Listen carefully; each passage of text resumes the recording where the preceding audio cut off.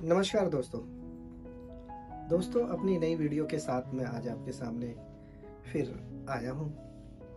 और ये स्टोरी नहीं है, ये जीवन की एक सच्चाई है जो कई बार मेरे मन में ऐसी आती थी कि कभी ऐसा समय आएगा तो ये मैं अपने जो बहुत दिल के करीब एक मेरे ऊपर जो बीती है वो वाली स्टोरी मैं आपको सुनाऊंगा। एक्चुअली मेरे जो जीवन में मेरा जो जीवन बीता है उसमें गुरुदेव की बड़ी भूमिका रही है। मुझे ऐसा लगता है कि पूरा का पूरा एक जो जीवन है वो एक पाठशाला में बीता है। उनकी जो सिखावनियाँ हैं वो हमेशा मुझे बड़ी प्रेरित करती रही है। और मैं जब भी जीवन में कभी भी कोई ऐसा क्षण आया जब मैं घबराया हूँ, जब मुझे ऐसा लगा है कि मुझे मार्गदर्शन की जरूरत है, या आप समझ रहे होंगे कि जो कई बार दुविधा वाला जीवन होता है, समझ नहीं आता कि हमें क्या करना चाहिए, और रिग्रेट्स, जीवन के कुछ अफसोस जो नहीं होने चाहिए या होने चाहिए, वो आप डिसाइड करेंगे कि इसमें मुझे क्या करना चाहिए था। दरअसल दोस्तों, आज जहाँ भी मन करता है जाने के लिए, हरिद्वार, ऋषिकेश, पंचगनी, वृंदावन, शिमला, नैनीताल, मतलब भारत के किसी भी हिस्से में, तो हम टिकट बुक कराते हैं। 2 घंटे में आप केरल पहुंच जाते हैं, 2 घंटे में आप आसाम पहुंच जाते हैं। आपने जहाज की टिकट बुक कराई और अपना फटाक से पहुंच गए। लेकिन लगभग 20 साल पहले ऐसी स्थिति नहीं थी कि फटाफट टिकट बुक कराया और भाग गए। बहुत सारी चीजें देखनी पड़ती थी। और इसी क्रम में एक बार मैं जब गुरुदेव के पास बैठा हुआ था पंचगनी में, पंचगनी बहुत सुंदर स्थान है, अद्भुत। पृथ्वी पर मैं तो उसको स्वर्ग बोलता हूँ। और मेरी जितनी भी जीवन भर की जो यात्राएं हुई वो महाबलेश्वर और पंचगनी की ही रही, क्योंकि वो हमारा गुरु स्थान भी है, गुरुदेव वहीं पे ही रहते हैं। तो समय समय पे चक्कर लगता रहा, उनके दर्शन होते रहे। और एक समय तो ये रहा कि साल में 3 बार हमारा मैंडेटरी था जाना। और उसी दौरान, ये लगभग 2008 की बात है, जब मम्मी का शरीर पूरा हुआ और उनकी इस देह की जो यात्रा थी वो पूरी हो गई। तो ये घटना होगी लगभग 2009 के आसपास की। तो मैं उनके पास बैठा हुआ था, उनसे बातें कर रहा था। उनकी बहुत सारी ऐसी सिखावनियाँ थी जो जीवन को बहुत प्रेरित करती थी। लेकिन मैं इतने गहरे अवसाद में था क्योंकि मम्मी चली गई थी।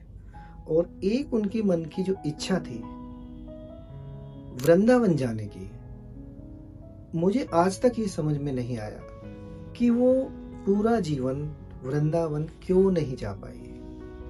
माता वैष्णो गई थी, हरिद्वार, ऋषिकेश, पंचगनी। और कमाल की बात है कि वो बहुत बड़ी कृष्ण भक्त थी। और जब भी मैं कभी ऐसा सोचता था कि काश कि कुछ ऐसा समय होता कि हम पूरे परिवार सहित वृंदावन जा पाते, मथुरा जा पाते, और मम्मी की भी इच्छा पूरी हो जाती, और उनके इष्ट देव थे, उनके भी वो काले श्याम जी के दर्शन करके आती, बांके बिहारी जी के। तो मैं जब गुरुदेव के पास बैठा हुआ था तो मेरे मन में बड़ा रिग्रेट था, अफसोस था। तो कई बार हंसी मजाक में बोल देते थे गुरुदेव कि हाँ पंडित जी महाराज, क्या हुआ, कैसे बैठे हुए हो।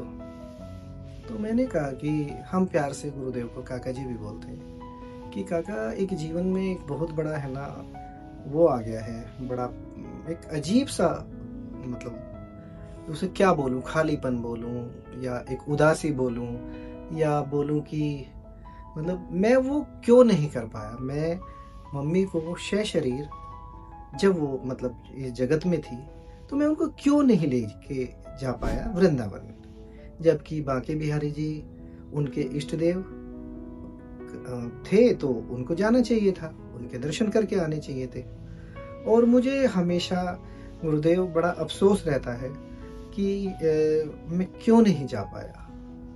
सब जगह गए, बहुत सारी जगह घूमे, बहुत सारी बातें हुई, बहुत सारा घूमना हुआ, बहुत सत्संग अटेंड करे, बहुत सारे उसमें आना जाना हुआ, लेकिन हम वृंदावन नहीं जा पाए। तो मुझे अपराध बोध सा महसूस होता है कि ऐसा हुआ क्यों। तो मैंने हमेशा पाया जीवन में कि सहज समाधान, बहुत ही प्रेम से, बहुत आदर, बहुत सम्मान के साथ में किसी भी समस्या का जो समाधान है, गुरुदेव क्षण भर में, वो उनके जीवन में भी गुरुदेव की सिखावनियां हैं। तो कुछ वहाँ के उदाहरण, कुछ उनके जीवन में जो बीते हैं, जो उन्होंने अपनी सिद्धियां प्राप्त की हैं, जिस परंपरा से वो जुड़े हुए हैं, तो वहाँ से उनको जो भी आदेश मिलते हैं और वो जिस ढंग से बताते हैं, तो ऐसा लगता है कि जैसे साक्षात अपने भगवान ही बैठे हुए हो। तो कहने लगे कि देखो सुधीर, मैं आपको एक बात बताऊं बच्चे, जरूरी नहीं है कि वो इस स्थूल जगत का जो ये वृंदावन है, जो आज है, ये सारा मतलब भौतिक जगत में जो बना हुआ वृंदावन, ये तो अब का है। लेकिन आप एक बात देखिए कि जो हृदय का वृंदावन था, हृदय के वृंदावन में वो आजीवन विचरण करती रही, उसी भाव में रही, उसी ओरा में रही। तो तुम्हें तो बिल्कुल भी अफसोस करने वाली बात नहीं है कि वो वृंदावन ही नहीं जा पाई। अरे जिसके मन में साक्षात कृष्णा बसते हो, राधा रानी जी बसती हो, और अगर वो शरीर रूप में वहां पे नहीं जा पाई, तो इसमें कोई ऐसी बहुत बड़ी बात क्या है, और इसमें कोई अफसोस करने वाली बात भी नहीं। देखो बच्चे, आज मैं तुम्हें एक बात बताता हूँ। कई बार लोग क्या करते हैं, हिमालय चले जाते हैं, और हिमालय में जाके भी वो ध्यान साधन कम हो पाता है, वो संसार चक्र की विचारों में घूमते रहते हैं। मेरे बच्चे कैसे होंगे, मेरे दोस्त कैसे होंगे, मेरा परिवार कैसे होगा, ये कैसे होगा, वो कैसे होगा। और कुछ लोग अपने घर में हिमालय को बसा लेते हैं, बैठे यहाँ पे हैं, लेकिन उनकी ध्यान साधना इतनी उच्च कोटि की होती है कि वो ऐसा लग कि हिमालय में ही वो ध्यान भजन अपना साधन कर रहे हैं। तो जिस दिन गुरुदेव ने ये कहा कि तुम्हें बिल्कुल अफसोस करने की जरूरत नहीं है, और वो अपने हृदय के वृंदावन में विचरण करती रही है, उसी में घूमती रही है, उसी में उनका भाव था, तो बच्चे तुम्हें बिल्कुल भी अफसोस करने वाली बात नहीं है कि ऐसा नहीं हो पाया, वो शरीर रूप नहीं जा पाई। तो इस बात को दिमाग से निकालिए और प्रार्थना कीजिए कि वो जहाँ भी है, जिस भी जगत में है, वो बड़े आनंद मंगल से आज भी वो भगवान कृष्ण जी के चरणों में ही बैठी होंगी, उन्हीं की ध्यान साधन कर रही होगी, उन्हीं की आराधना कर रही होगी।